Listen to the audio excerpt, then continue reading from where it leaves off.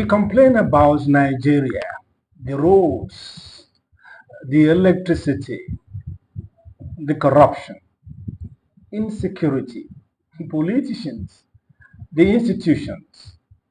And honestly, some of those complaints are completely justified.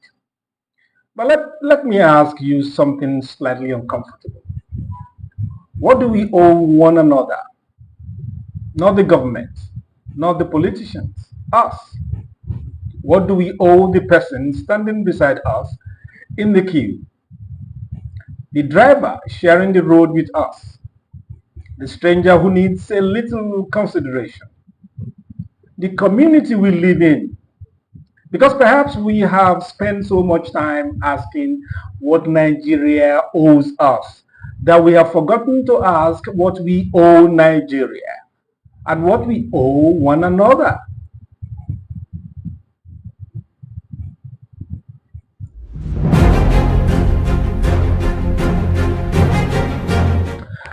Good evening and welcome to Make It Make Sense, where we take stories shaping Nigeria and strip away the noise. No bias, no propaganda, just sense.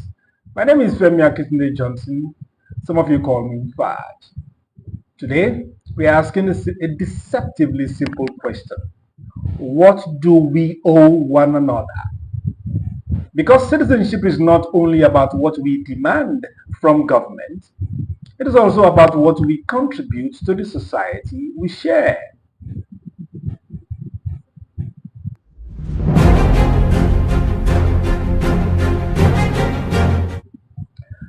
Now, here is where the conversation becomes especially interesting.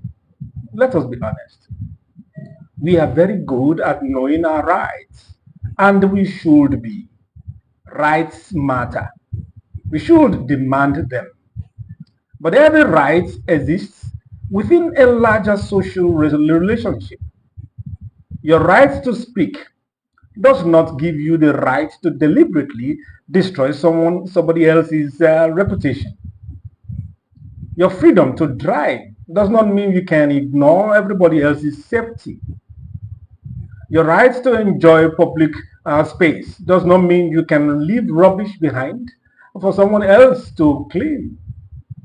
And your frustration with government does not automatically excuse dishonesty, doesn't excuse indiscipline or disregard for other people. Citizenship is not simply a list of things we're entitled to receive. It's also a relationship with other human beings.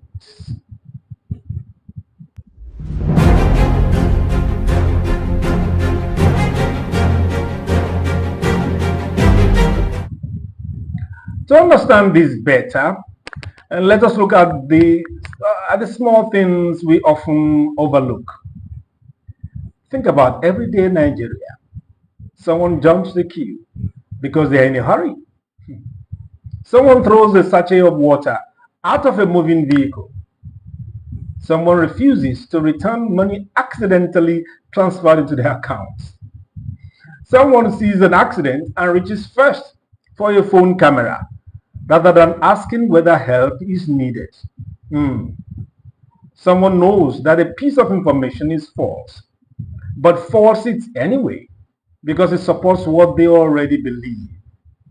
These things may seem like small things, but society is built from small things. We sometimes imagine that national development begins with massive government projects. Of course, infrastructure matters, policies matter, leadership matters. But the quality of everyday life is also determined by millions of small decisions made by ordinary people every day, everywhere.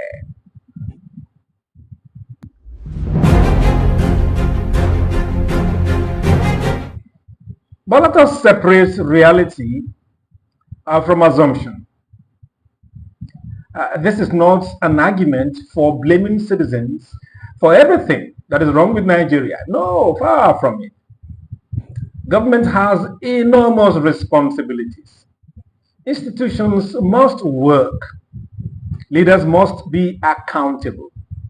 The law must be enforced fairly. Oh, yes. Citizens cannot be expected to compensate for failed governance through personal sacrifice forever. But that is another uncomfortable truth. A country can have good laws and still have poor civic behavior. We can demand accountability from leaders while cheating in our own small corners. We can condemn corruption in government while celebrating dishonesty when it benefits us. We can complain about indiscipline on the roads while breaking traffic rules ourselves.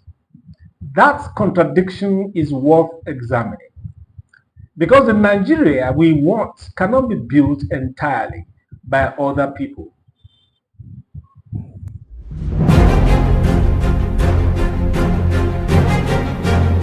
So what should we take from all of respecting queues, protecting public spaces, checking information before spreading it, helping when we reasonably can, speaking up when something is wrong, and holding government accountable without surrendering your own responsibility? That is civic maturity.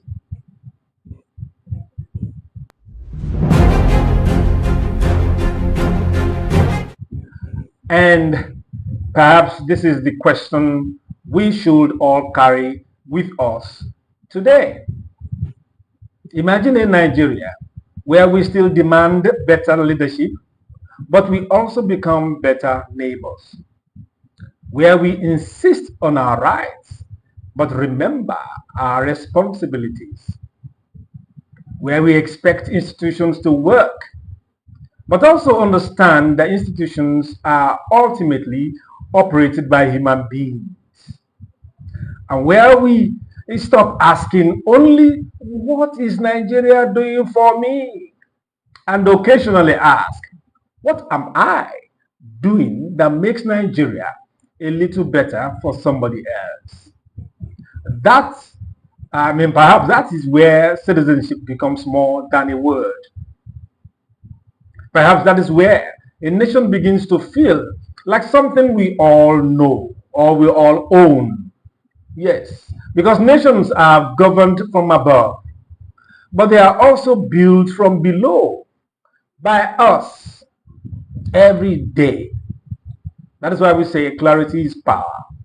Let us seek it, let us protect it, and let us make it make sense. So, have a good week.